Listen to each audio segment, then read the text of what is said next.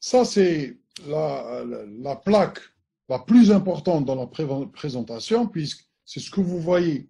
Ce que vous voyez là, c'est ce qu'on appelle la cellule pariétale. La cellule pariétale, elle siège au niveau du fundus et elle sécrète deux choses.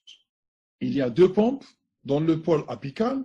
Ce que vous voyez là, c'est la pompe, c'est ce qu'on appelle le sympore en physiologie, puisque vous avez une excrétion de Cl- et de potassium dans le même sens, alors que dans l'autre côté, on a ce qu'on appelle un antipore, puisque cette pompe H+, K+, ATPase va pomper un ion potassium et va excréter un ion H+. Le potassium, on est à égalité entre là et là, ça va dans les deux sens, et là, ça va former HCl, c'est ce qui explique que le pH intragastrique est un pH très acide.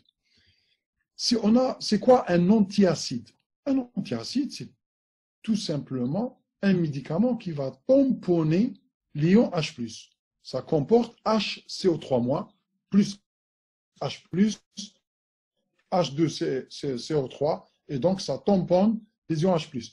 Ça a l'avantage d'agir rapidement. L'action de l'antiacide, elle est rapide, puisqu'elle neutralise l'acidité de façon rapide. Malheureusement, cet effet rapide va s'éteindre rapidement, et donc les indications des antiacides, on va les voir tout à l'heure. Les alginates, je n'ai pas mis sur cette plaque, en fait c'est la présentation un petit peu ancienne, je me suis trompé dans la présentation. L'alginate, c'est quoi un alginate? Un alginate, c'est un médicament qu'on va avaler après un repas. Ça va remonter en premier dans l'œsophage, ça va couvrir l'œsophage, ça a un effet couvrant, et ça va créer un obstacle entre l'acidité gastrique et la paroi œsophagienne.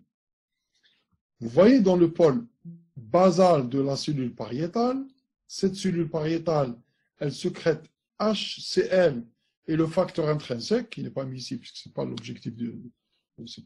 dans l'objectif du cours. Elle sécrète donc le facteur intrinsèque et HCl. Dans le pôle basal, on a l'acétylcholine qui va stimuler la sécrétion acide. C'est ce qui explique la chirurgie qui est très rarement faite actuellement, c'est la vagotomie. Lorsqu'on supprime le vague, on va supprimer cette sécrétion par l'acétylcholine, cette stimulation vagale. Deuxièmement, l'histamine. L'histamine stimule la sécrétion gastrique acide.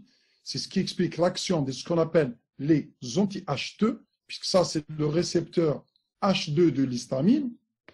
Les H2 antagonistes, c'est la ranitidine. Cette ranitidine, son avantage en pratique, c'est que ça a un effet rapide, moins puissant que les IPP dont on va parler, mais donc ces anti-H2 vont agir rapidement.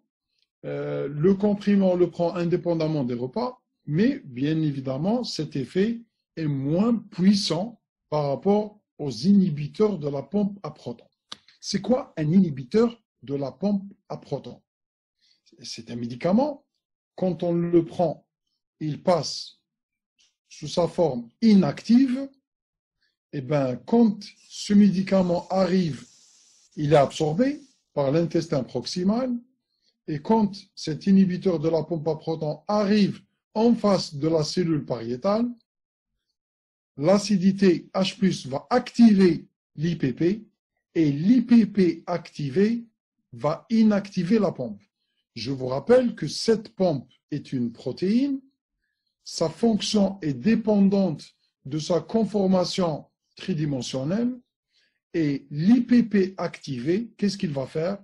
Il va prendre, rappelle un petit peu les souvenirs de la terminale, l'acide aminé cystéine, entre deux cystéines, il va induire la formation d'un pont disulfure, il va dénaturer la pompe de façon irréversible et elle ne pourra plus sécréter les ions H+. Et donc, je répète, l'IPP, quand il arrive ici, il est sous sa forme inactive. L'H+ va activer l'IPP, quand l'IPP est activé, il va agir sur la pompe en créant un pont disulfure entre deux cystéines et cette pompe sera dénaturée de façon irréversible. Ça veut dire que la pompe à protons, ça veut dire quoi? J'ai dit deux choses. La première chose, c'est que la cellule pariétale, pour qu'elle resécrète H+, il faut qu'elle resynthétise une autre pompe à protons qui est une protéine. Et ça prend environ 24 heures. Et donc, l'action de l'IPP, elle est durable dans le temps.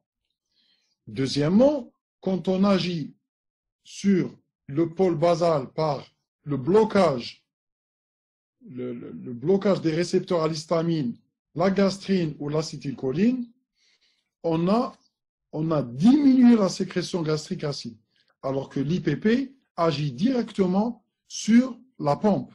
Et donc, ça veut dire que l'action de l'IPP, elle est beaucoup plus puissante que les anti-H2, que la ranitidine. Donc, elle est plus puissante. Troisièmement, donc, 1, elle est puissante. 2, elle est durable dans le temps, puisque la cellule pariétale doit refabriquer une autre pompe. Et 3, et ça c'est très important, pour que l'IPP soit activé, il faut qu'il y ait des ions H+. Donc, il faut que la pompe soit fonctionnelle.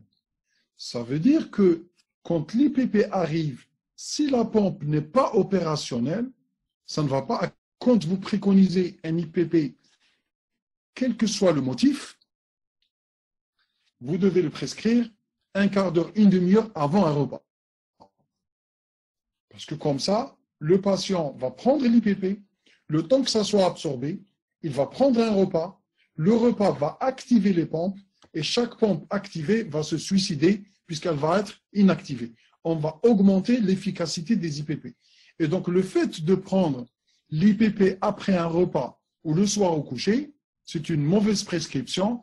Ça va réduire l'efficacité de cet inhibiteur de la pompe à protons.